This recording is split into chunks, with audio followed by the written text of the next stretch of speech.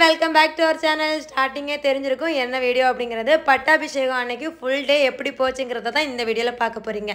Already ஷார்ட்ஸ்ல mini vlog-ஆ பார்த்திருப்பீங்க. இந்த வீடியோல ஃபுல் vlog-ஆவே பார்க்க போறீங்க. காலையில வீட்ல எல்லாம் ரெடி பண்ணிட்டு அப்படியே பக்கத்து ஊருக்கு சாப்பிட போய்ட்டோம். இடியாப்பம், சப்பாத்தி, கடலைக்கறி, கேசரி சாப்பாடு சொன்னாங்க. செமையா வெட்டி விழுங்கிட்டு நேரா வீட்டுக்கு வந்தாச்சு. சாமி எங்க வீட்டுக்கு தான் வரப்போகுது. இதுக்கு அப்புறமா என்ன நடக்க போகுது அப்படிங்கறத தொடர்ந்து பாருங்க. சரி நண்பர்களே.